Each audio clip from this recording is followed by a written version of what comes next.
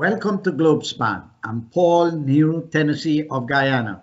And today we are back again discussing the hot issues of Guyana. Quite recently, a report came out regarding the 2020 elections in Guyana.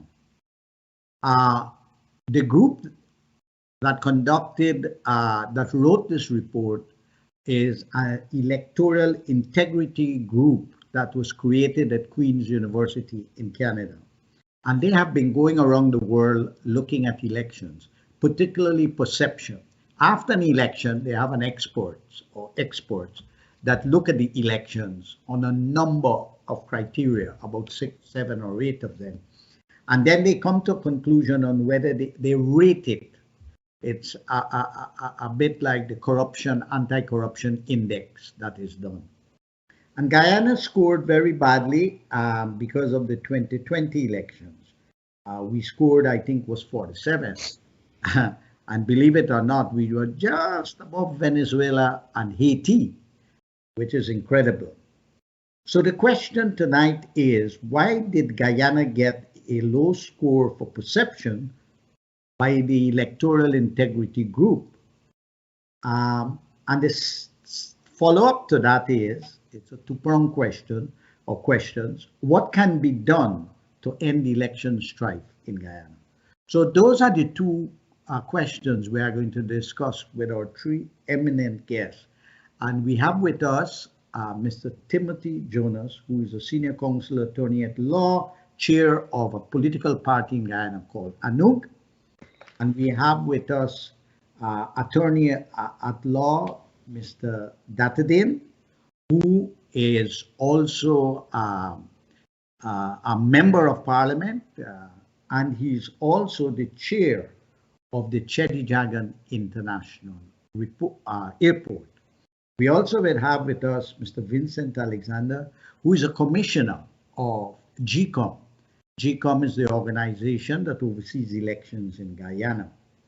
And he says he's no longer a member of the PNC, he's sort of independent, he's retired.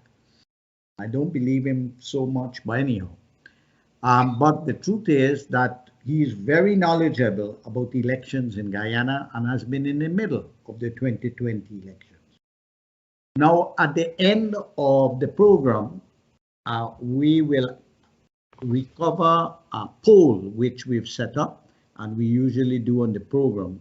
And there are two questions we ask the audience who would be looking at the program. Do you believe that Guyana will have a verifiable free and fair elections in 2024 or 2025? Does Guyana need the United Nations to conduct its elections independent of government and political parties? So those two questions we are going to pose to the audience who are looking at the program. And at the end, our friend Devin will give us the results of the poll. So gentlemen, let's begin the discussion among the three of you who are extremely knowledgeable about election issues in Guyana. Let's start with Timothy, since you are on the top there with a very nice shirt today. Timothy, why did Guyana get a low score by this group, the Perception Electoral Integrity Group? And then we'll move in the second half of the program into what can be done to stop election strife. So let's start with the first question. Timothy? I think Tim's frozen, is he? Seems momentarily frozen. Yeah. Yeah, I'm on network. Timothy, are you there? Yeah, I'm hearing you now, Paul. I'm sorry, I missed the last thing you said. So I was asking you to be the first person to respond. Why did Guyana get a low score from the perception of electoral integrity group? Why do you believe we got a low score regarding 2020 elections? Because we spent 5 months figuring out who won the election, Paul. Can you expand a little bit for our audience, because some of our people may not know. You know, you've been in it, so you know the details, but give people a little idea of why you think we got the low score in a more, a deeper way. All right, there are a number of criteria you look at to Wonderful. decide if your election system is fair or not fair. So what are the criteria? You want to look at how clear your laws are. If the laws themselves lead to a fair result and a fair democracy.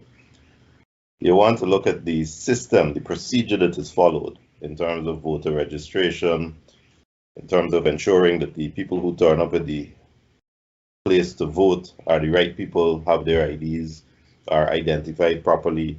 You want to make sure they only vote once, they can't vote twice. So if you have a clean list and you're sure of the identity of the people who are coming to vote, that's a good start. But that's what happens at the elections. You also want to be sure of the run-up to the elections that there's fairness. So party funding, how much money do these parties have access to spend on campaigning and on getting around the country? Is the incumbent party using state resources, Isuko trucks and helicopters and that kind of thing to get around the country to reach out? How are they treating the citizens? Are they using state resources to offer gifts to various people, outboard motors and tractors and cash handouts? So you have to look at the process before the election to see if the funding for the election and the funding for the campaigning has been fair. You got to look at the freedom of the media, freedom of the press. Do your opponents get a chance to freely access the media, the airwaves, social media, and the newsprint to criticize, to express their point of view, to express a different point of view? During the recount process, you remember the media weren't even allowed inside the conference center. Do the media have access so that they can make their own investigations and find out the truth? So there are a number of different criteria you have to look at, all of which you try to pull together to satisfy yourself that the system is fair, the list was fair, the process was fair, honest people counted the votes, and a fair result came out transparently. So it's a number of factors. Thank you. Attorney Datadin, MP, how do you respond to why we got such a low score, particularly because of the 2020 election? Well, I have no doubt that the factors that of why we got a low score hinges in large part because of what transpired after the elections in March. It took 5 months for us to have a declared result. We have a total electorate, a population of 750, 800,000 people. We had about 500,000 people voting. I mean, literally, if you had stood in front of your yard and done a show of hands, we would have counted 3 times by that time. Literally, that would have been the case. In countries like India, where there are more than 1 billion people and there are hundreds of millions of people, they do an election declaration within 14 days of the polls, and they have like 9 days of voting, and they still declare it within that time. We had a system where in the vote count, the various I don't want to say the machinations, but the process which unfolded, the whole world saw, and the majority of the world and the majority of the free world and the political landscape had comments about what was going on. It couldn't take 5 months and you have a credible system. So the system the system is open for criticism, because on that particular occasion, 5 months for the declaration was unacceptable. In the end, of course, it worked. In the end, of course, it delivered the result which represented the will of the people. But the questions that would be asked and the lingering questions are, was our legislation sufficient for what there was and what it faced? And in my humble opinion, there are some changes required. But it was by and large, it was substantially very clear to people who understood English. It was only to people who wanted to convolute the meanings of simple words that we had a problem. Of course, it relates to the things that went on before, as Mr. Jonas mentioned. It does look into things like access to state media and whether all the parties had equal access to the state media, whether there was equal access to social media and other outlets and the press generally, and how that was treated, whether all the participants were able to get their views out in a fair manner. There's always the issues about how the campaigns were conducted, whether people were afraid to campaign, whether they were threats or all those sorts of things. As far as I'm aware, in the lead up to the elections in 2020, they weren't matters of such a nature that we could highlight it or hold it against. It's always a system, and like every system, it's based on the people who are involved, and even in the country as a whole, it's based on how people react individually, not necessarily as part of a political party, but their individual reaction. But Paul, make no bones about it. It was all about one specific event. 5 months for the declaration of the results. 5 months of going through that entire process, of literally jumping through hoops to make a very simple and straightforward process that should have taken no more than the week to have that addressed. And the reason we got a low score is because during that time, the people who were charged with the responsibility by law, the Constitution and the statutes, to discharge functions as public officials did not do their job. That's why we got a low score. The people who owed an obligation to the nation took it upon themselves to not discharge those obligations to the nation and develop partisan agendas. That's what happened. And no system like that will engender confidence. So the low score is really what happened. Thank you. Vincent, how you respond to the same question? I will respond this way. I have the opportunity of witnessing elections overseas, and more particularly in Venezuela, a place where one would think there's tremendous controversy on more than one occasion. Upon visiting a polling station, the appointed electoral official was absent, did not turn up.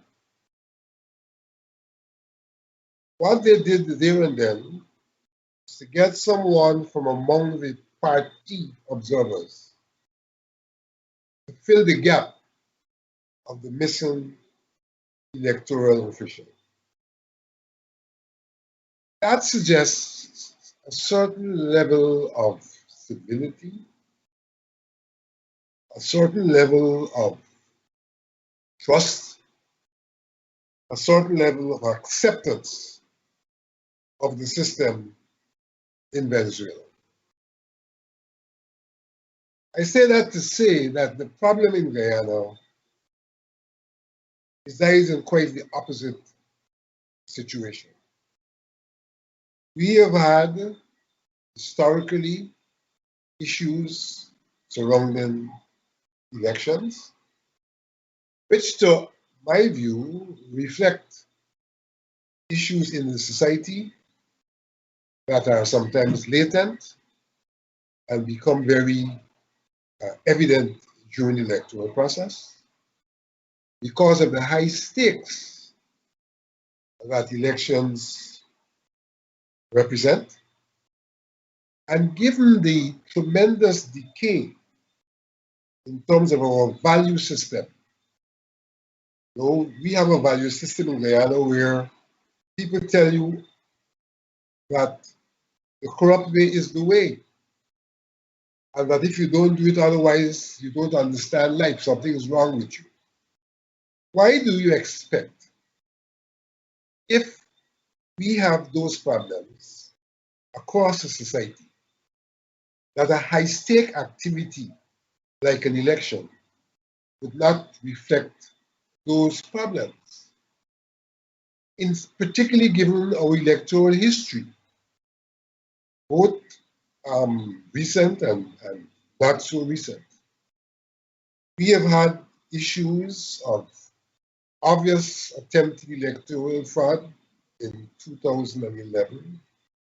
We've had issues of electoral malpractice at the highest level in 2006. We've had issues like in Atesto in 2001 of contentions of substitute voting, which was not addressed when brought to the attention of the Commission. And so what would one expect in a society where the antagonistic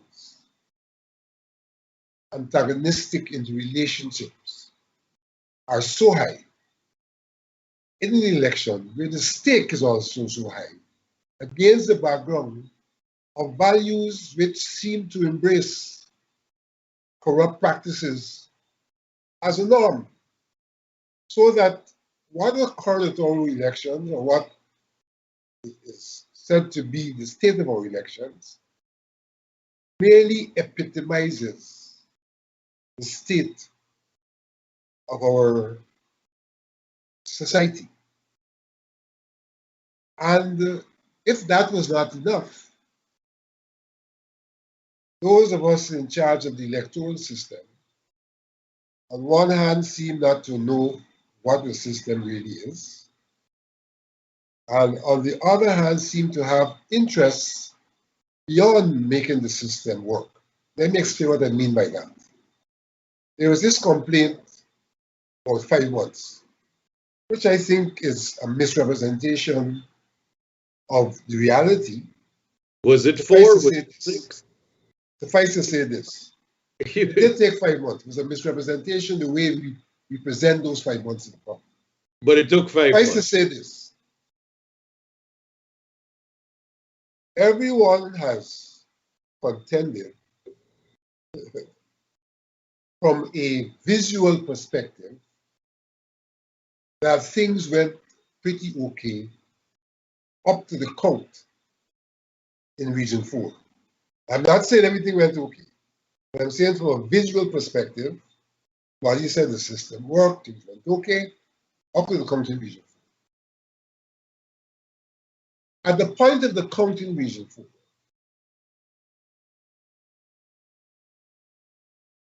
there was a parallel exercise undertaken by commissioners to allow those commissioners to be recipients of the statements of poll, which if they are recipients of, then they are in fact recipients of the results.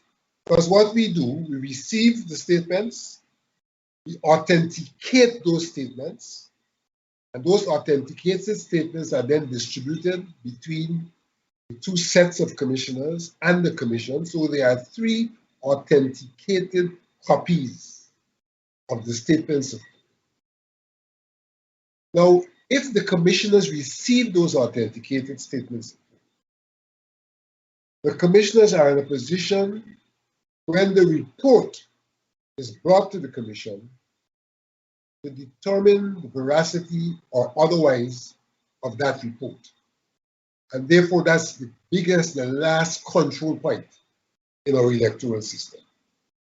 What happened in 2020 was that commissioners, in the context of the things I spoke about earlier, abandoned the exercise,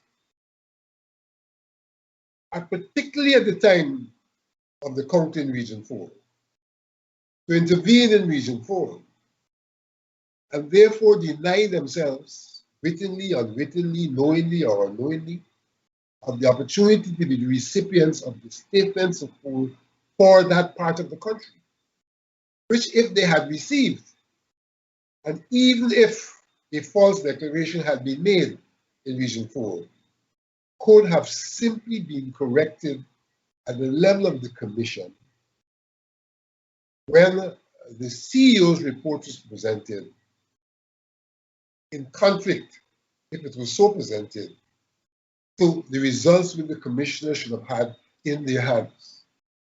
Thank you. That is the system. I never heard that system was not allowed to work for whatever reason. Vincent, not allowed to work. Vincent, And in fact, if one goes back to 2011, one can see that that is the system, because in 2011, it is exactly at that point Vincent, that the correction was made. 2011. Let's focus on 2020. MP Datadin, would you react to what? I'm sorry, but go ahead. But that is the most preposterous. It is factual. There's nothing preposterous about it. Give him a chance, Vincent. I give you all the time for you to lay. I have just witnessed what is only another version of an engineered explanation about things for which I am sorry, but we're all poorer and we're stupider for having listened to it. This reimagination of facts, this twisting of stories about what happened in 2001 and 2005. There was no election in 2005, but I might be mistaken. I never said 2005. So you're not even listening to me. But because it's difficult for me to listen to a rather I would challenge you to contradict the facts of what I have said. Is it not factual? Listen to me. We were there 5 months, Mr. Alexander, because basic decisions that should have been taken when the commission should have done its job, it did not. Commissioners abandoned their job. No. You say about stop taking the statement of polls. You stop allowing yourself to verify. It was the chief elections officer who stopped handing them over to you. He did not stop that. It was stopped because the commissioners were no longer present.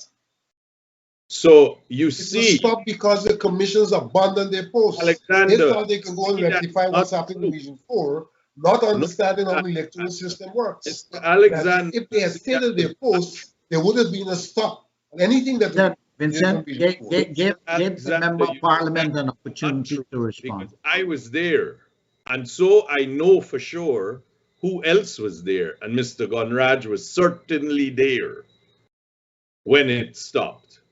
Now, we could try to repaint it any which way we want. Let him finish.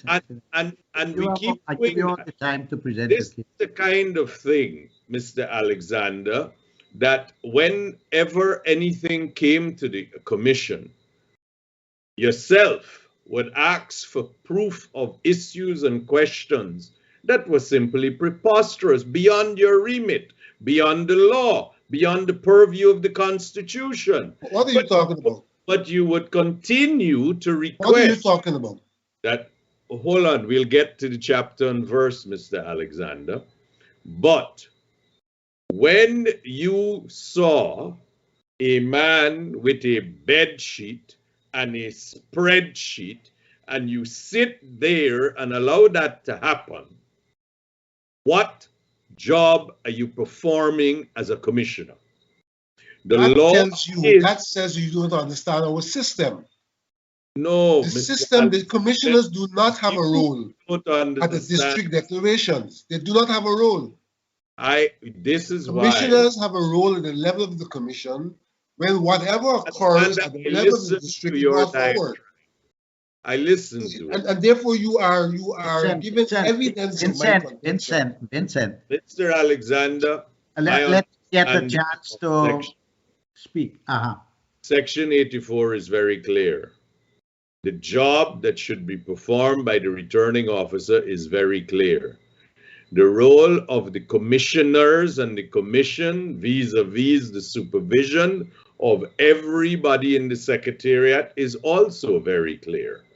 Now, if someone is using a spreadsheet and not an SOP, that's unlawful. The court ruled that in Holland twice. Now, even when that was being done, what the commission allowed to happen was that a bed sheet be put up that you could not read what was on it, and numbers were being put up there, and a declaration followed. Now, bearing in mind that these two declarations were days apart and yet the numbers were different, doesn't that raise anything? That how could you claim to have these numbers? You declare it on Thursday as one and declare it on Sunday as another. That is not the issue for me as a commissioner. Vincent, let him finish. The issue is when those figures are brought before us for a final declaration. Child would have known that. And it doesn't matter how much you whitewash it, doesn't matter how much you change it. The reality is that the legal obligations and the constitutional obligations of public officials were not discharged. People had the wrong perception. You are quite wrong. Of what? Commissioners Vincent, you have a chance in the district. So, Vincent, where else in the 10 regions were they present in the district? They don't participate. Vincent, can we apply some basic parliamentary rules? I can't say and have Mr. Data didn't misrepresent the realities of the GCOM system. Take a pen and make some notes, and I'll give you all the time to respond properly, because we want to educate our audience both at home and abroad. So go ahead. I'm trying to avoid miseducation. Go ahead. This is the most naked and unbelievable attempt I have seen to change the facts and to twist the events that took place to make it into something it was not. I am not surprised at all, because that is exactly what happened for 5 months. When the whole world was watching, I don't know why persons do not realize that you can keep saying this. You see, everybody looks at you, nobody believes it anymore. People are just fed up of correcting the nonsense anymore, so they let it go on. But there is no doubt as to what happened. The recount demonstrated absolutely and clearly what the results were. And I am sorry if it is beyond your comprehension to see that the recount is the accurate reflection of the will of the people. But I will not. Again, you are misrepresenting. I have not said anything about the recount. I appreciate that, but I am telling you that I will not entertain that we go back to known facts, known events, and we repaint them and recast them in a different light so they mean something. Okay. We are not all crazy and we're not mad. We didn't give, I give Sanjeev, Vincent, Sanjeev had a chance to respond to you, but Timothy hasn't. Timothy, what is your reaction to the comments of Mr. Alexander and the reaction of Sanjeev to his comments?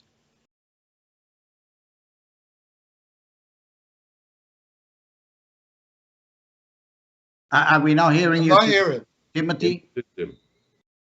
Timothy? Vincent describes a system. And the system bears some similarity to the system that I understand. There is a cross-checking procedure, and I'm on the outside having asked questions. I've never been on the inside like Vincent, so I'm just speaking as to what I've inquired and learned. And the cross-checking system is that although the legislation says you count at the place of poll and you prepare your statements of poll, and those statements of poll are taken to the central area where they're counted by the regional officer who makes a declaration, and then the declaration from each of the 10 regions by the regional officers goes to the chief elections officer who tabulates them and makes the general declaration. In the meantime, as I understand it, and in accordance with what Vincent says, the statements of poll are also copied and sent to each of the commissioners, so that theoretically, each of the commissioners will have them and will be able to corroborate what is done by the regional officer going up to the CEO. That is what I understand, and I correct me if I'm wrong, but that's what I understand Vincent to have said. And as I understand it, that process obtained in 2020 for all the regions except Region 4. And you will remember that Region 4 was the last region where counting, we're not talking recounting, where counting started. And I understand that if Vincent is saying that the PPP commissioners absented themselves and therefore did not get their copies of the SOPs for Region 4, the question I would ask is, you must have got your copies of the SOPs for Region 4. Let me step in right there. No, please don't step in yet. No, I just to correct Vincent, make a note. I have not interrupted. Make a note of what he's saying, and you'll get all the chance. Sat down and I listened to everybody, and I did not interrupt, and I will not brook interruption of me. Yeah. So if the PPP commissioners absented themselves, but the procedure is you get your SOPs, my question is, isn't it then the case that you immediately knew about the bingo numbers that were being settled? Now, if you immediately knew about the bingo numbers that were being settled, in what time work do you stay silent and say the procedure is that we must allow the Region 4 officer to call all kind of magic numbers, to let it go up to the CEO so that he could tabulate all kind of magic numbers, because we shouldn't get involved, even though we have the SOPs, and I personally know it was a set of nonsense going on there. No, that is to answer the procedure that you've described. But I'm also aware, having inquired, that no SOPs were given to at least half of those commissioners in respect of Region 4. So if there was Region what? 4, Let him finish. So if there was a system where commissioners should be getting copies of the SOPs, and that would be an excellent system, and the PPP commissioners did not get copies of the SOPs for Region 4 because they went wherever they went. That part I don't understand, because you know where they live in, you know to call them, you know to say we have them here. They couldn't get them, and they have told me they didn't get them from the people who are in the secretariat at GCOM. And the only possible reason they could not have gotten them is because the rotten secretariat in GCOM, who were staffed at a time to assist one side, saw the problem and broke the system down. And for the next 5 months, the system continued to be broken down. So my response can only be, if you were there and you had the SOPs for Region 4 because you're a commissioner and that's the system, where are they? And if you didn't get the SOPs for Region 4, why were you not crying blue murder since way back when you didn't get them and you know the procedure said you should get them? That's all. Simple. So, Vincent, what's your response specifically? Well, my response is to correct two things. the understanding what you are of saying. Vincent, let me. My response is to correct Vincent. Allow me a little bit. The GCOM commissioners. Vincent. Sorry, you're asking me to speak or? Yeah, but you're not allowing me to. You don't want the moderator to say anything you don't want. I thought you were asking me the question. Wait, Vincent, you're going to have all the time. We're not going anywhere. I'm not leaving the program. Hey, Vincent, there is something very interesting, and you're making breaking news. Timothy is saying, he responded to you that, no, first, Data didn't respond that this is new news about what happened in 2020 in order to ensure that Region 4, the elections was verifiably free and fair. Timothy also has responded to you with respect to that conundrum that you explained a bit about the role of the commission. So what is your response to both of them? Take all your time you need. Thank you. It doesn't need much time. Okay. The GCOM commissioners are in collective receipt of the statement of polls. They come to us as a collective. We authenticate them as a collective to the extent that we sign off on them as a collective. If any one commissioner is absent, and particularly in the instance where all of the then opposition commissioners were absent,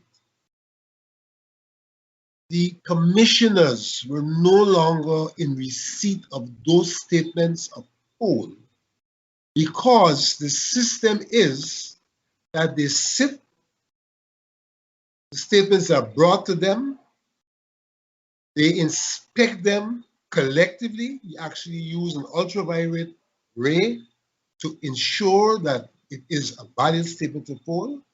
Then we signed off. We sign off in a manner that provides for, quote unquote, each side to be present and to sign. And if a side is not present, then no side authenticates and or signs. So the reality is, whilst it is being suggested that I might have been a recipient of what the PPP was not a recipient of, that is incorrect. Once they absconded from the process, then no statements could have been delivered to the commissioners. And it was not a case where the GCOM operatives did not bring them to us. The statements were sitting there. It was for us to be present, to receive, authenticate, and then to become custodians of copies of those authenticated statements. That system broke down exactly at the time when the count was taking place in Region 4 in relation to the East Coast in particular, an area for which there are other problems which have remained unexplained. So that the GCOM commissioners collectively or individually were not in receipt of the statements of poll for the East Coast, and therefore were not in a position to carry out their duty when a report would have been brought to the commission, because they did not have the information, which was not denied them, to do the job that they were designated to do. Historically, the district counts are not carried out at the center. They are carried out in district offices, and the commissioners, as far as I know, have never been present at those district counts. What the commissioners do, they go to the center, and as the parallel statements come in, they receive those and they deal with those. In this instance, for whatever reason, the commissioners and District 4 were in the same building, and when the persons who were in District 4 felt that there were problems in District 4, the commissioners abandoned the exercise that they were carrying out to go to District 4, and as a consequence, were no longer in the position they should have been in to authenticate and receive, and that affected all commissioners, because the delivery was never to one set of commissioners as opposed to another. So Commissioner Alexander did not have access to the statements for the East Coast as much as no other commissioner had access. But Commissioner Alexander did not have access because the collective was not assembly. But Commissioner Alexander was there if the collective was to be assembled. Vincent, I want to raise a point. Just a minute, and then I wrote a booklet that was widely circulated around the world called "A Case for Free and Fair Elections" between 1968 and 1985, and I experienced also personally as a candidate in '92 elections. I have read the reports of subsequent elections, but I just completed and submitted for publication a 35 pages on the 2020 elections. And Vincent, I reviewed thoroughly what you had to say about the election, what Nagamutu had to say about the election, what Kemraj had to say about the election, what Harmon had to say about the election, what David Hines had to say about the elections. And Vincent, this is the first time I'm hearing that argument of how the elections could have been free and fair, where you are now positing a role of the commissioners. Where can I look for that during the election? Any statement by any of the people, including yourself, that I've mentioned? Because I thoroughly reviewed all your statements about that election in order to be able to do an assessment of what happened in 2020. What is your response to that? Two things. Have you ever read my publication, A Case for Non-Delivery? No, I didn't. But I read have all a your publication, statements about the election. Case for the Non-Declaration. Publication which I have lodged in the public library. What's the date of that? Huh? What was the date? Was it during the 2020 elections or after? No, that was after the elections. Okay. That was after the elections. I want to raise one other point also before so that there is that publication. So I'm suggesting to you, one other point. Just let me conclude. I'm suggesting to you that you have not reviewed all that I have said. Well, I will do that. What I've said today is not the first time I'm saying it. I promise I will do that. But before I invite Timothy and Batadine to come back in, I want to make another observation based on my research. And also implicitly what you said. It seems to me, and I documented that very clearly, that of all the arguments that I read from all the people I just mentioned in AFC, WPA, yourself and others, Harmon and others, is that the actual results of the election had nothing to do with the election. What I read was that there were going to be an Indian takeover and that Afro-Guyanese were going to be threatened, that oil was coming and the PPP will take away all the money, that Venezuela has, America is trying to resolve a problem of Venezuela by intervening in the elections in Guyana. And I documented very clearly the case of whether the elections in Guyana was regime change or international solidarity, because from all the documentation I have on all the people I mentioned, Ramjatan, Nagamutu, Harmon, yourself and others, is that you all objected very strenuously to the role of international observers. So what you did say implicitly in your opening statement is that there were other issues surrounding the election. And I sort of agree with you. I believe what has been happening is that we're using the election on election day and the election period to deal with issues that has nothing to do with the elections. For example, the race issue. Why don't we deal with it before elections?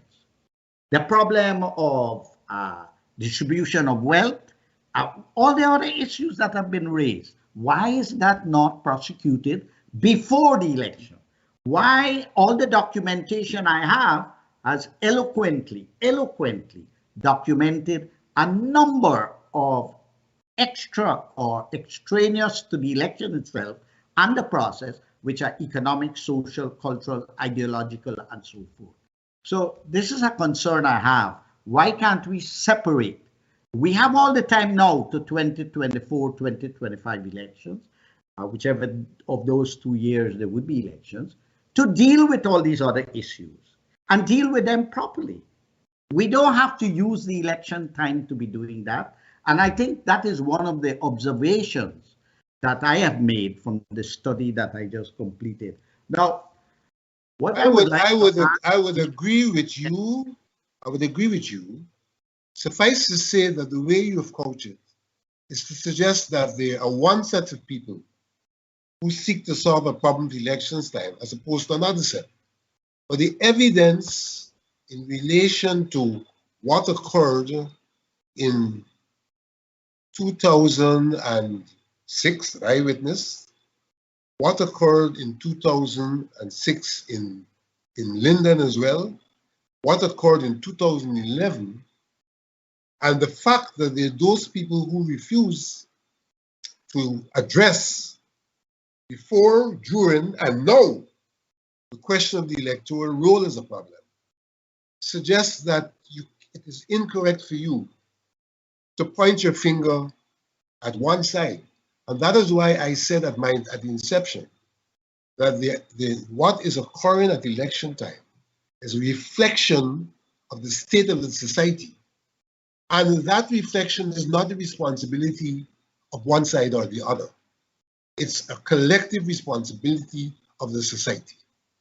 So, Timothy, what's your reaction to that? Are we trying to use election to deal with issues like race, class, economics, nationalism, well, the extent to which, and so forth? Extent to which there is a pervasive view that the outcome of elections determine those matters is the extent to which the values of the society are utilized at election time. Timothy, what's your view? Sundry. Okay, Timothy, what's your view? And then Sanjay, what's your view on that the way elections are being used? If you look at all the arguments and the debate and the discussions, it's like it has nothing to do with the election. It has to do with issues that are priori, before the elections. What is your view on that? Do you have a view on that? The only response I would make to what Vincent says about the procedure is that if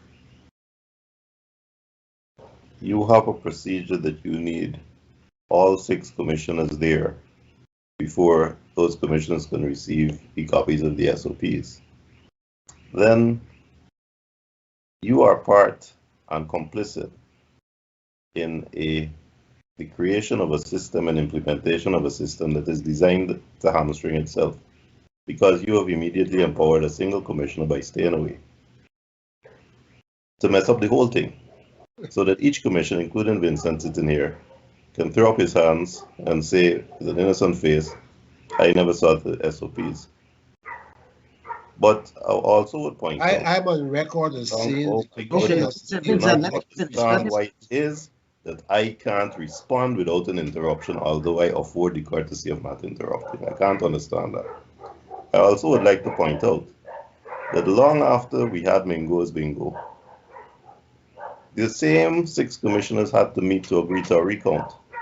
So even if that nonsensical, ridiculous system that would allow one commissioner to mess up the whole baby party by not attending and therefore defeating access by all the other commissioners to the SOPs, even if that did obtain, about which I have my reservations, that obstacle was overcome several times because those same commissioners met, all 6 of them, to agree on a recount, agree how to do the recount, agree during the recount. So at that stage and at every last stage thereafter, all 6 of them were sitting down and could have had access to those same SOPs, but they did not.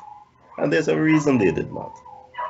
Now, we're also forgetting chronological issues, because at that stage, when everybody said elections went fair, everything was smooth, nobody even mentioned the imagined discrepancies on the East Coast that Vincent now trying to talk about. So that's all I'll say about that. Thank you. We have to take a break now, and then when we come back, Sanjeev will respond. Devin, let's take the break now, and then when we come back, Sanjeev will respond. Travelspan has some very cheap fares for July and August to and from Guyana. Seats are limited, but call Travelspan today for these discounted low fares in July and August. In New York, call 718-845-0437. That's 718-845-0437. In Georgetown, call 227-1701. That's 227-1701. And in Berbice, call 337-4287. That's 337-4287. For discounted airfares to and from Guyana, call Travelspan today. Oman! Hey, Oman! Oi! Come that girl, I feel like I see Raymond Ramna right across the road somewhere there. Raymond who? Raymond Ramna right. They sing, I girl Raymond Ramna, how you creating so? The 2022 Travelspan Curry Duck Curry Cooking Competition is in Cancun on July 28th to August 1st. Who is going? The duck and the curry going for sure, plus Raymond Ramnarine, Terry G, young upcoming dancer and singer Ariana, Randy Reckless, and the Reckless Tassa Group. The competition for the best tasting duck is in Cancun for 2022. Friends and families, make this a reunion. Flights available from New York, Florida, Atlanta, Texas, Trinidad, Guyana, Canada, or any U.S. states. For more info, call Travelspan at 212-243-0865. In Canada, call 647-557-6200. In Trinidad, call Amerals at 645-1604. And in Guyana, 227-1701, or visit us at travelspan.com.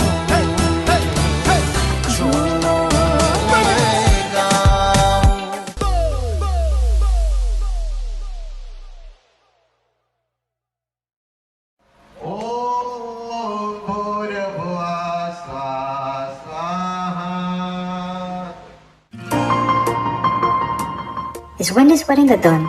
Right now my belly burning for the 7 curry. But them fancy people just call it vegetarian food. I just call it 7 curry.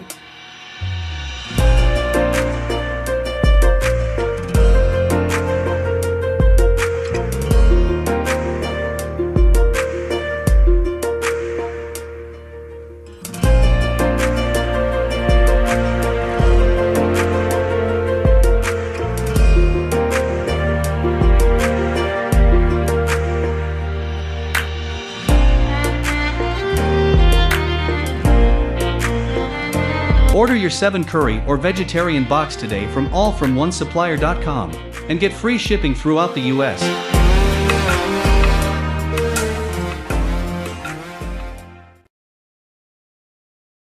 Somebody make some noise. Let me go. Come join us in the Caribbean Getaway. Have some fun in the sun at the Bilai Resort in the DR from August 4 through August 8. Black and white dinner den, karaoke, fun and game, and live entertainment with Super Blue. Hello, this is Super Blue. I will be in Punta Cana from August 4th to August 8th. Big style. Kenneth Superset, music by Madman Mary, and more. This is an all-inclusive affair. You don't want to miss it. For information, call Allison at 212-243-0865. That's 212-243-0865. Make that call before it's too late. 212-243-0865. Let's get away.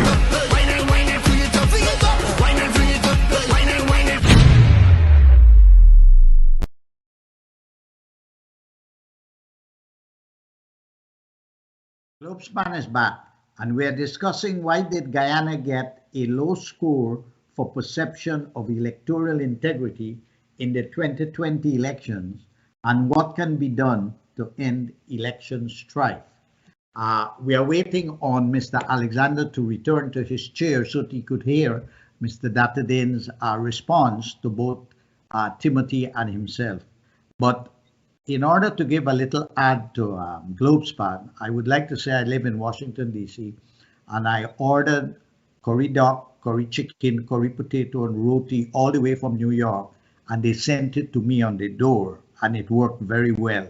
And the price was reasonable.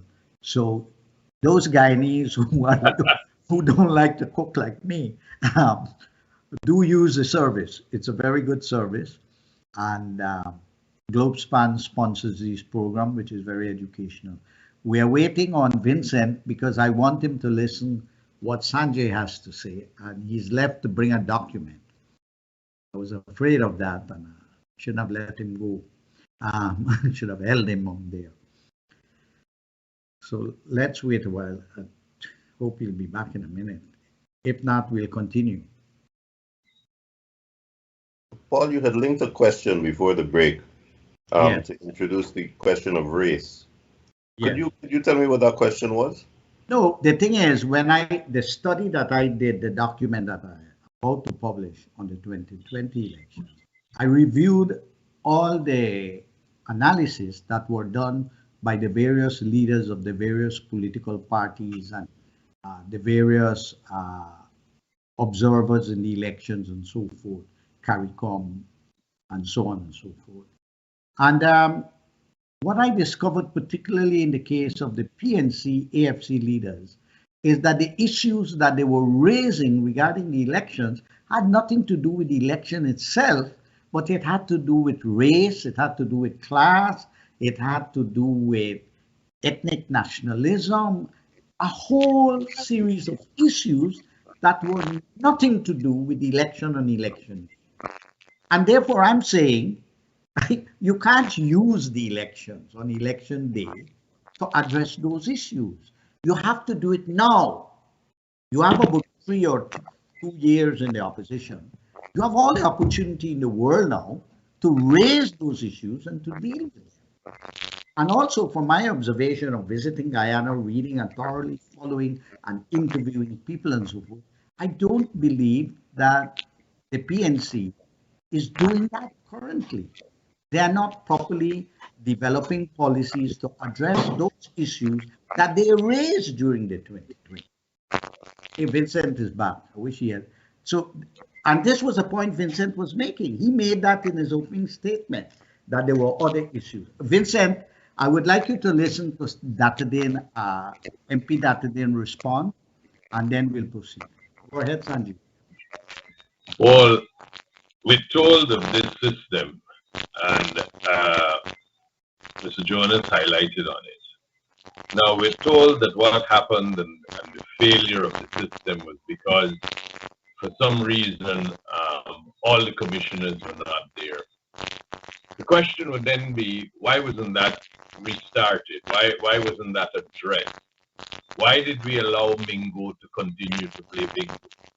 Bearing in mind that the Chief Justice had given a very specific order as to what Mingo must do. He disregarded it.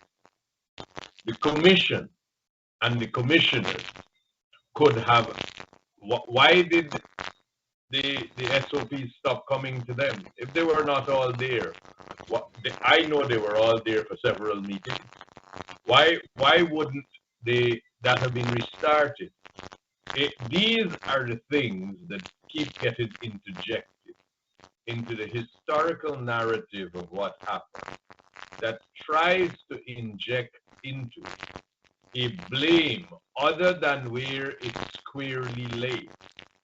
The GCOM Secretariat was at the time regrettably staffed in an incorrect way, in a way that appeared to favor one side of the political side. The Commission is responsible for allowing that to happen, and they should have taken steps. This was a process that was going on night after night. Why did you want to order everyone out of the building? Why did everyone have to leave the building? They were staying there, sitting peacefully with the SOPs. But why they had to leave the building? These are things that are inexplicable, and those of us who were there wouldn't forget it. And we will not allow the distortion of the facts either. Now, we're told, for example, the SOPs which GCOM, during all of this, the CEO,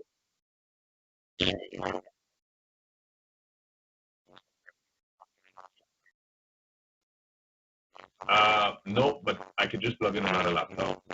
I'll do that as soon as I'm finished this. I'll do that. Right. Is it better? Is it better? No. Okay. No, but the point is still, we can't rewrite it, and we should have fixed it.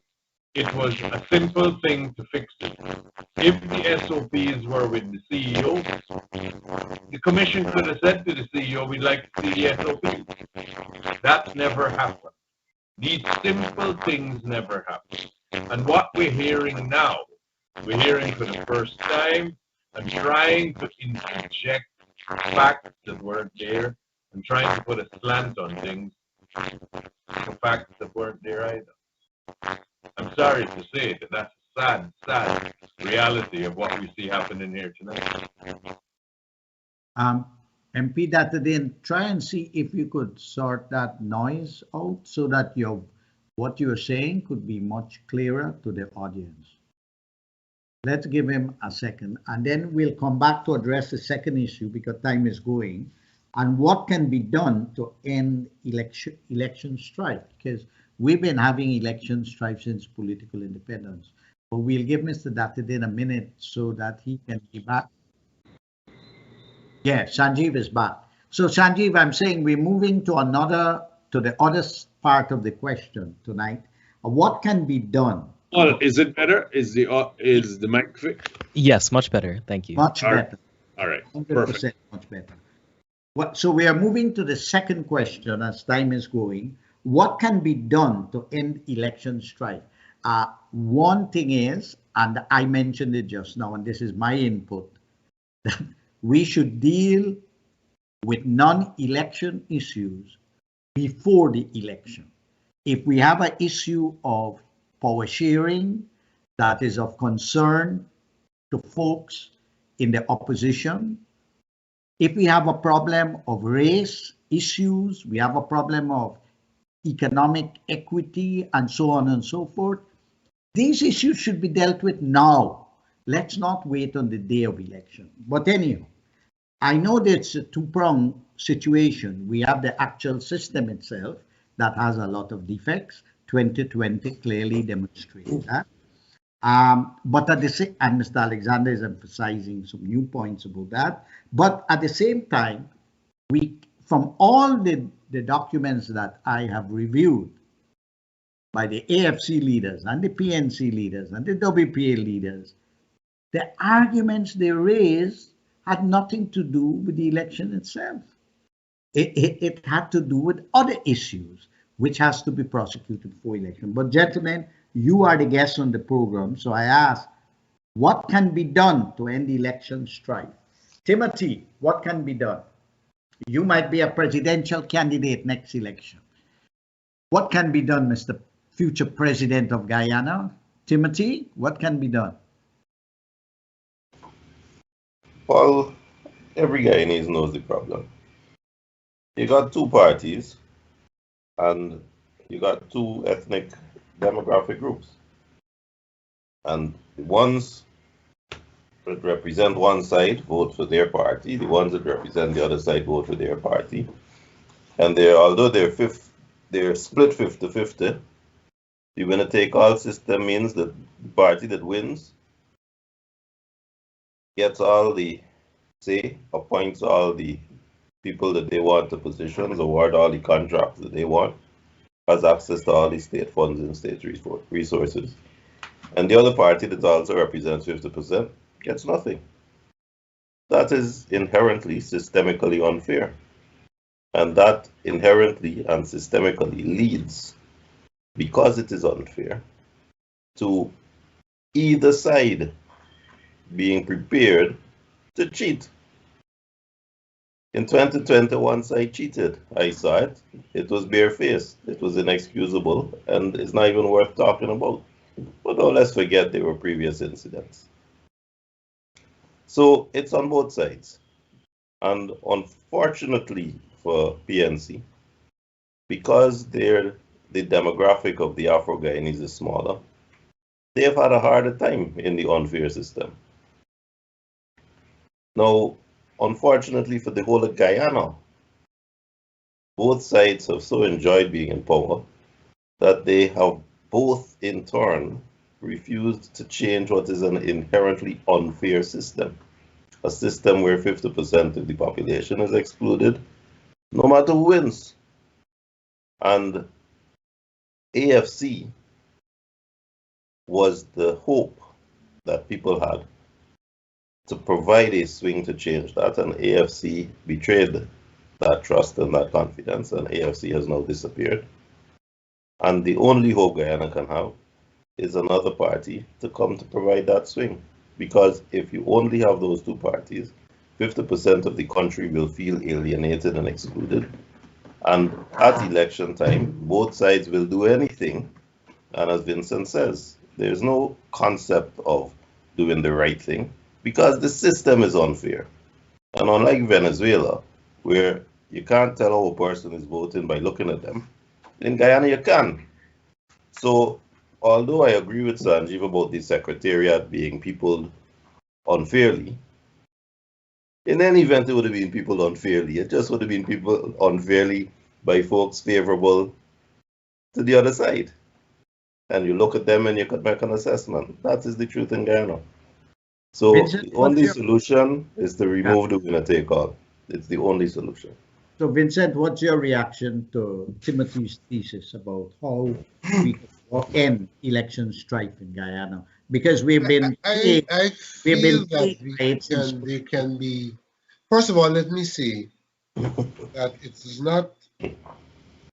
There's an omission of the fact in this discussion that people were concerned about the voters list, and there's an omission of the fact that I, prior to the elections, repeatedly expressed concern about the possibility of what I refer to as substitute voting, instances of possible impersonation. Those were things that I raised prior to the elections. Well, what is your reaction to what Timothy said? No, I'm coming to that, but I just how thought we I'd can put on the end record election strife.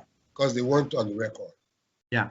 Now, I feel that there is a possibility of electoral engineering and systems of governance that can be responsive to our dilemma. I don't think that we're going to wish away the tribalism. I don't think we're going to wish away the stakes that an election is perceived to be at this point in time.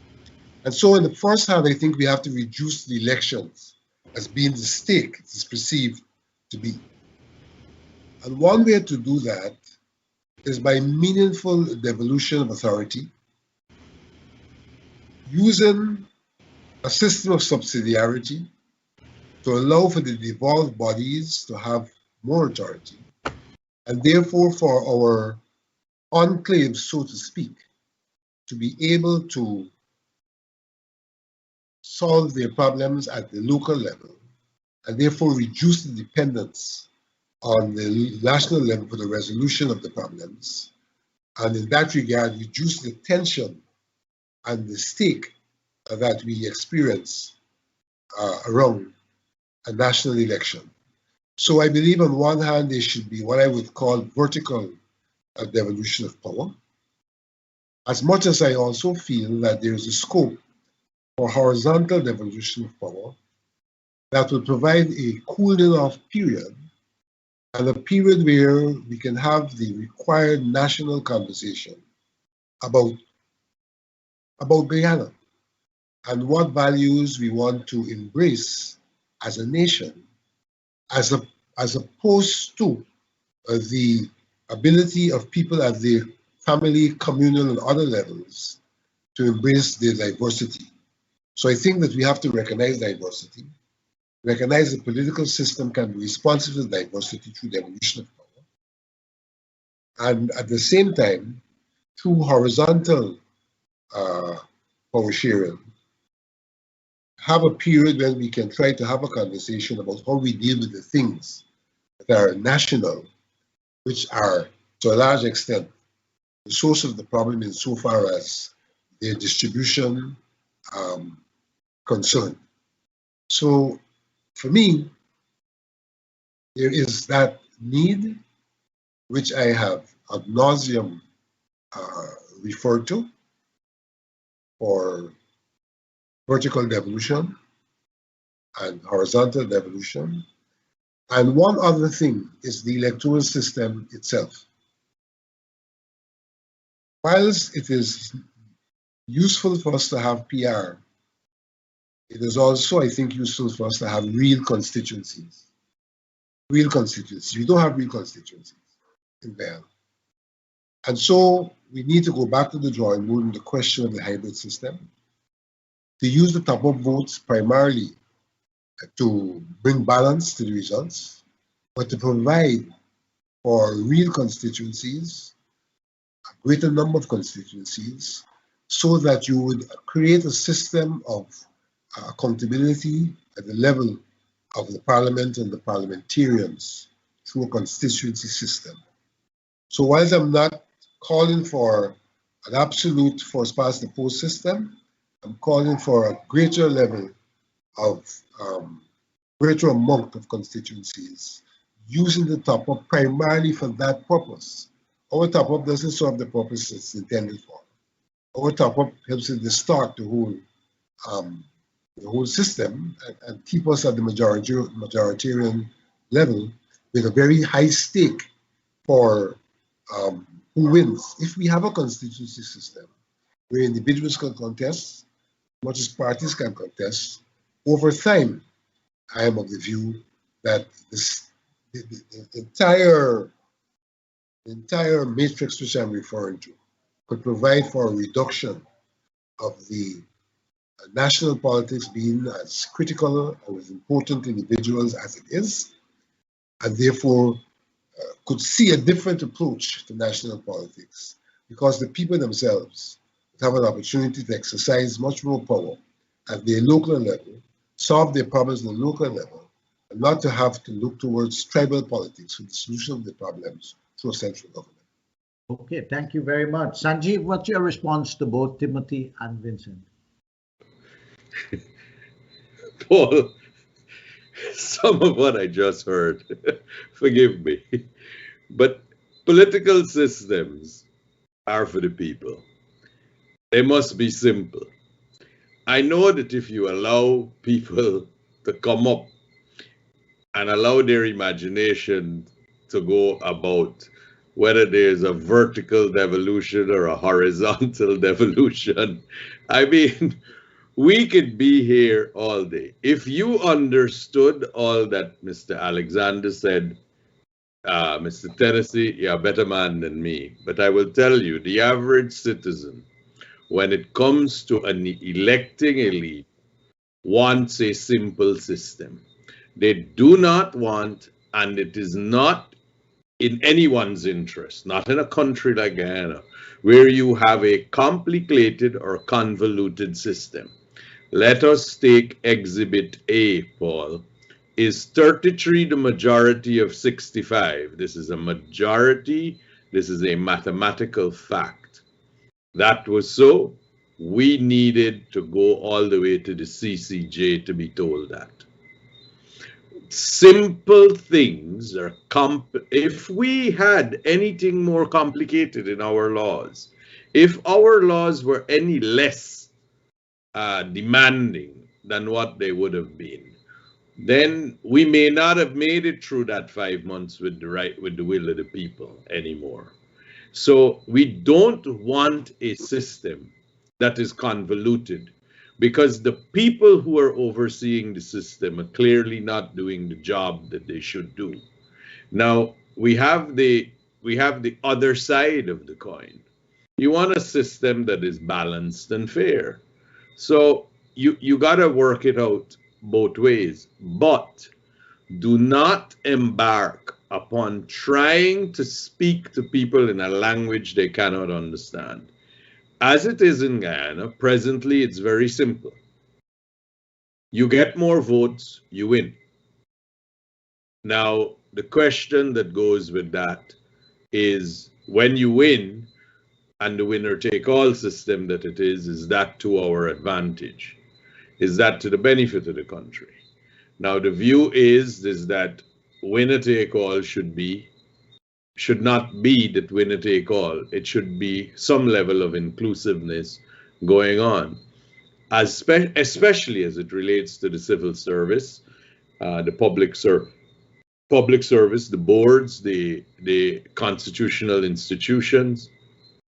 These are the things that would be, that could take place. But we don't need to change the electoral system to do that. We just need to have the laws that constitute how membership is done and how the memberships, how they're appointed. We can fix it that way easily.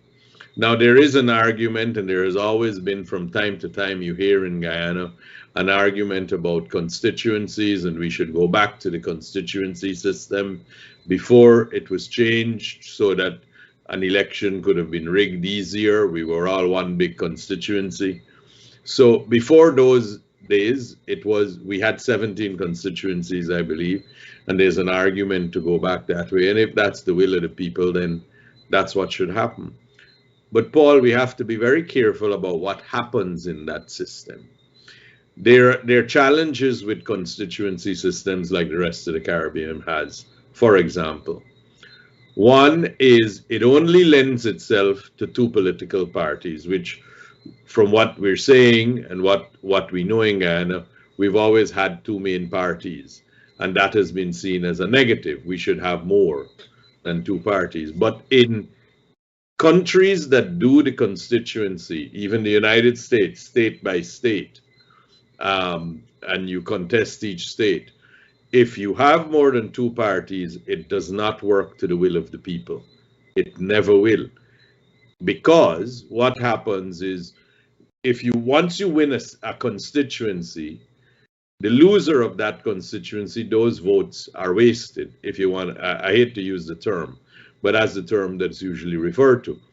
You have the separate thing that if you have, as been the experience of Trinidad, where you have three parties, the third party almost gets no seats because he comes second and third in all of the constituencies, doesn't actually win, but has a following of more than 30% of the electorate. And when you total up across the country, he has more than 26% of the electorate, but he gets no seat in parliament. So 26% of the people have no representation, is what happens. You look at the United, and what happened in Trinidad on both those instances where the COP ran on their own, they were minority elected governments in terms of the popular vote. The same happened in the United States when Ross Perot won. There was a minority elected, the popular vote was the minority. Trump and Hillary, because of that issue, again, it was a minority in terms of the popular vote. So there are challenges with every system. We have to accept that. But we can't make the system too complicated, that this is how we balance it and this is how we balance it. Because the only way that happens is you have to put people to do that. And Guyana learned in those 5 months that you can't trust people with simple English, simple rules. But so what you got to conclude on, if you want to deal with everything, as you say, you want to deal with the other issues too. The way to deal with those issues is through the public bodies, the civil servants, the constitutional bodies. We need to strengthen those, strengthen the judiciary. We need to strengthen those. And the system that we come to must be representative of everyone. It must be fair across the board to everyone. And in this system that we have, there are no wasted votes. There's at least representation in Parliament. The other system lend themselves much more, at least from what I have seen and what I have read, much more to wasted votes. And they do not lend themselves to three parties. They're really only for two parties. In the United Kingdom, it's Conservatives and Labour, Tories and Labour. In the US, there are two main ones. In Canada, there are two main ones. In Guyana, there are two main ones as well. It kind of works out that way. And when you go beyond that, if you do the constituencies, they're usually a bigger challenge, because you might find that the parties always running second or third, they don't get any seats as a result. But when you look at how much people voted for them, it would be a sizable thing. But Paul, to answer what you say, I think the issue is this. Confidence in the electoral system itself will mean that the other issues that we want to talk, that we think would cloud it, would not have its opportunity to raise its head. It is when the system is perceived to be breaking down or not doing its job that we will think of how to make it better. And that's how we will hear views that introduce all sorts of other issues. Our electoral system is simple.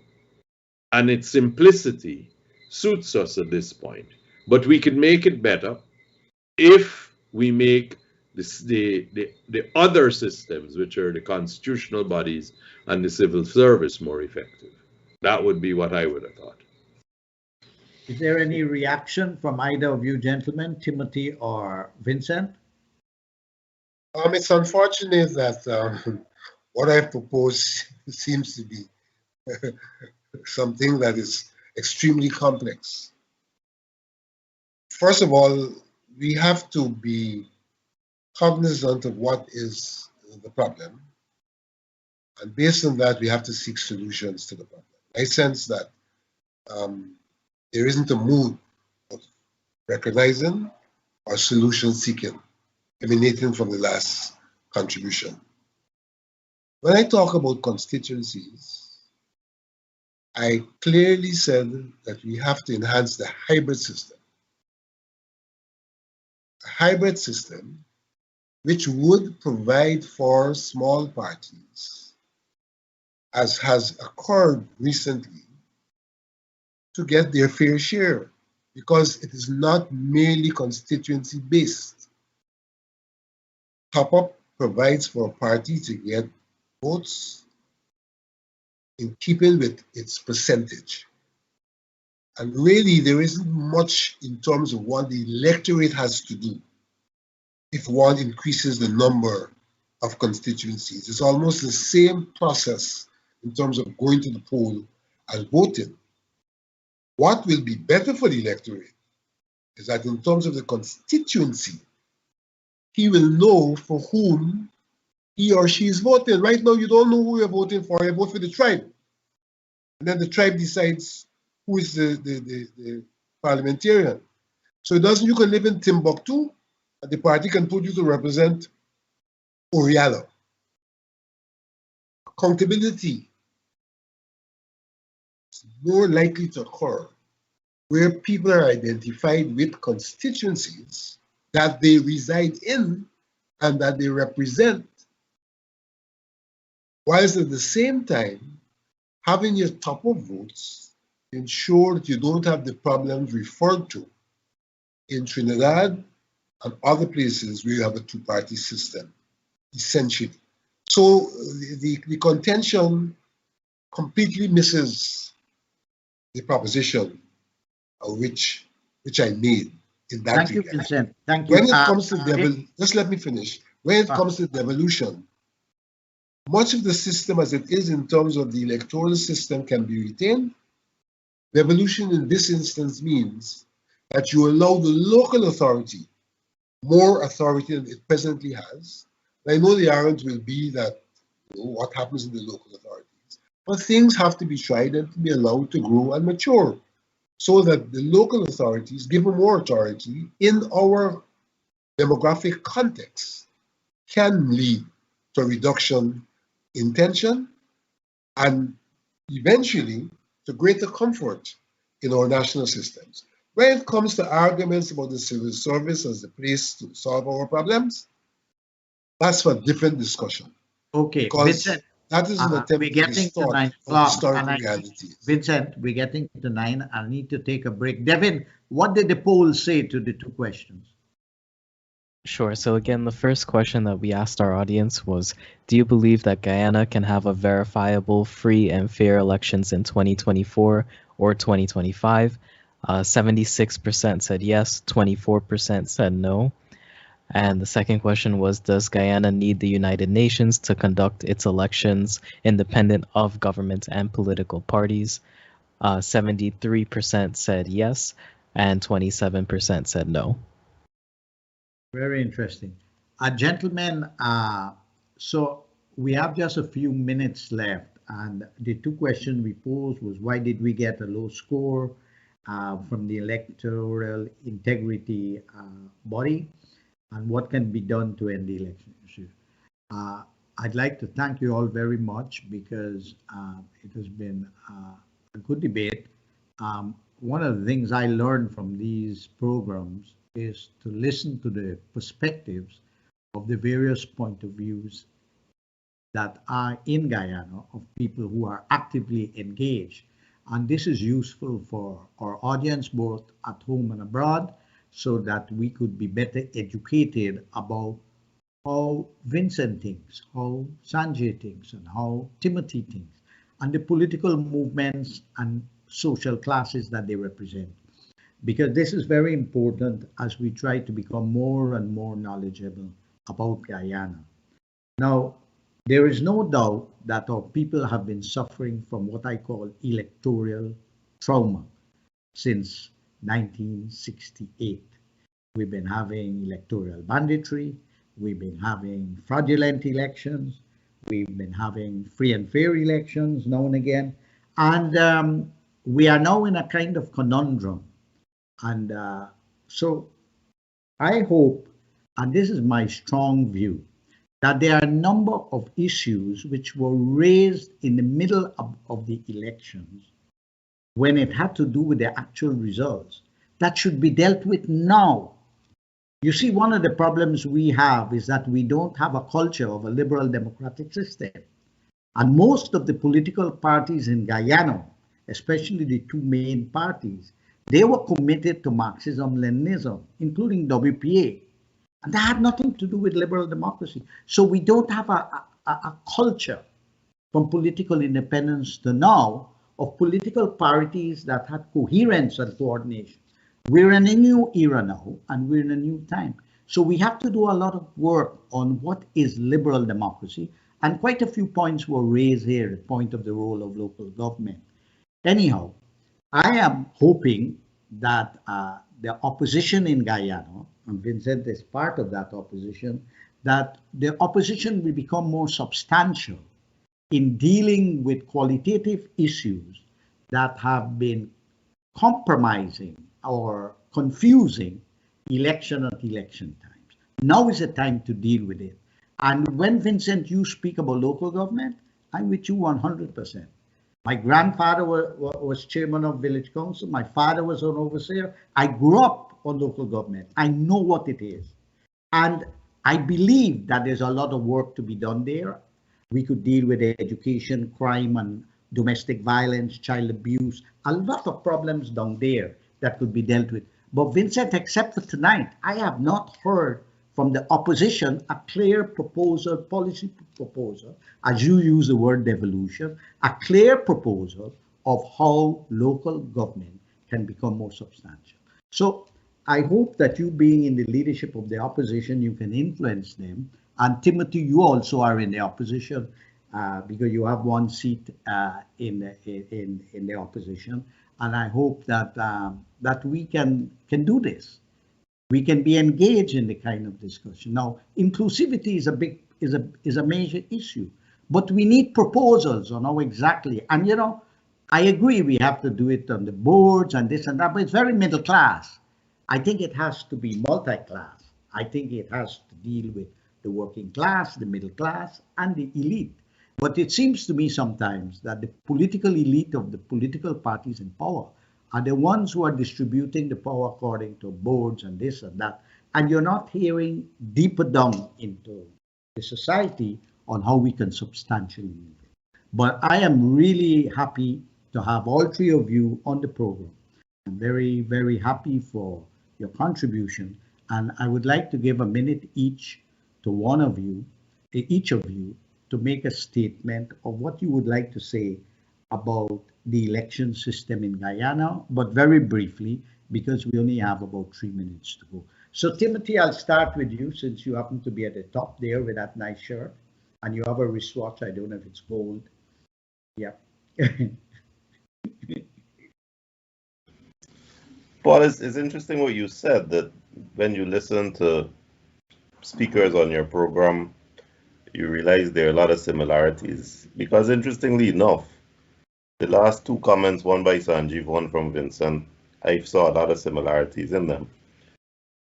Sanjeev, I respectfully agree with when he says that small parties can be handicapped if you just have a constituency system.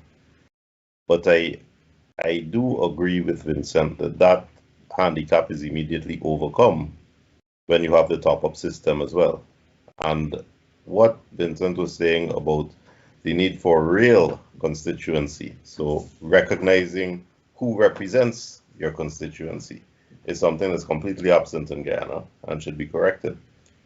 I think that Vincent missed equally the point Sanjeev was making, that the winner-take-all can be diluted and there can be some degree of inclusivity when you apply it at the level of the boards and the constitutional agencies and the statutory bodies. And for a while, Sanjeev sounded like an ANOG supporter, because I have been beating that drum for a long time. What I think both of them missed, though, and allow me to say that both of their contributions, I think, in the last statements they made, reflect a recognition of the unhealthy nature of our tribal politics. But that recognition comes from two men who are steeped in the same tribal politics and are part and parcel in participating within the tribal politics. So you can't fight it from within. You cannot do that. There is a reason that one individual will never support the other side, because the other side represents, rightly or wrongly, the perception is that they represent institutional racism. And that applies to both sides. Each side will say, my party is not racist, we're inclusive, we got all races on board. And the reality is both parties represent and are perceived to represent institutionalized racism, which in itself is such a bad thing that you almost have a moral duty to reject it. And that's our trap. Our trap is to look within and recognize that the only way to fight it is to stay away from both. It's 9:01, guys. Vincent, very quickly, we passed the hour, but take a minute and your last reflection on this. Well, my position is wisdom, your thought of wisdom here. that one cannot solve problems unless one is able to identify them. I think that one of the problems we have in Guyana is a denial of what the problem actually is. And due to that denial, we do not have the process of problem identification and then moving to the next stage of problem solving. I have sought in tonight's program to be factual and not to be opinionated, and to say what actually occurred or did not occur.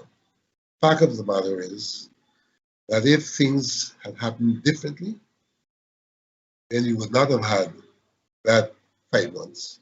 Suffice to say that the 5 months was largely spent on a recount agreed to by both parties. And now the 5 months seems to be... Well, let's not go back there. Just give me your reflection. So the point I'm making is that we ought to be factual in what we... Well, you know, we've been doing fact check stuff. Fact check has now become a big phenomenon globally, in the media in particular. Fact check, fact check, fact check. Okay, everybody is giving their facts. Dr. Jagan used to say there's statistics and statistics. Sanjeev, what is your last word of wisdom for our audience on elections in Guyana? I would say that, look, the elections, we need some changes in the law, which is, it's been circulated, so it's going to be coming. We need the people who are there to do the job that the law prescribes that they do, and there must be severe penalties, in my mind, for those who are public officials who will not do it, and for those who will obstruct, and for those who will facilitate the wrong things. There must be penalties for that, and that can be achieved.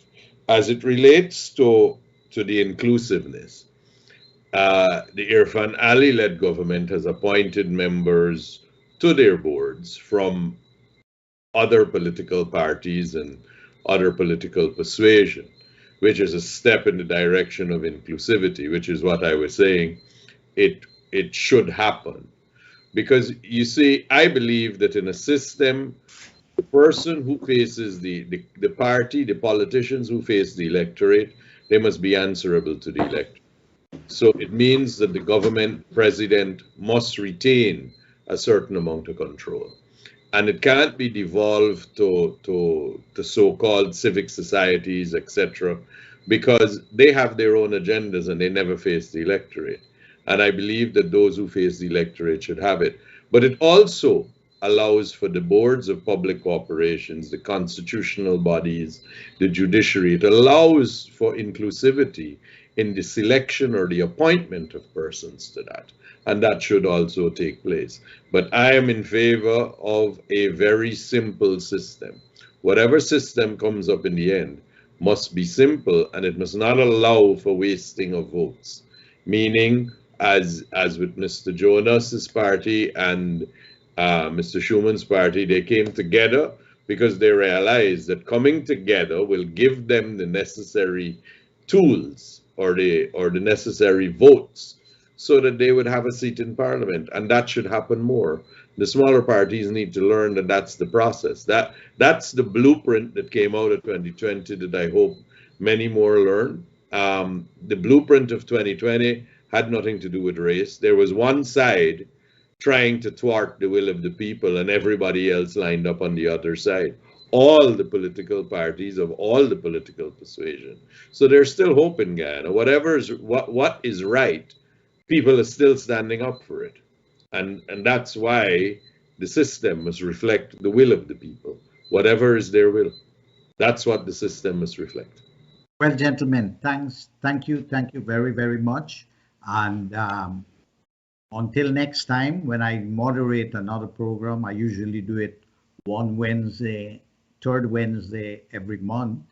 I look forward for us to continue engaging in this kind of discussion. Sanjeev just raised a question of the role of civil society, and that's an important issue about that we should attend to, and there are many other issues.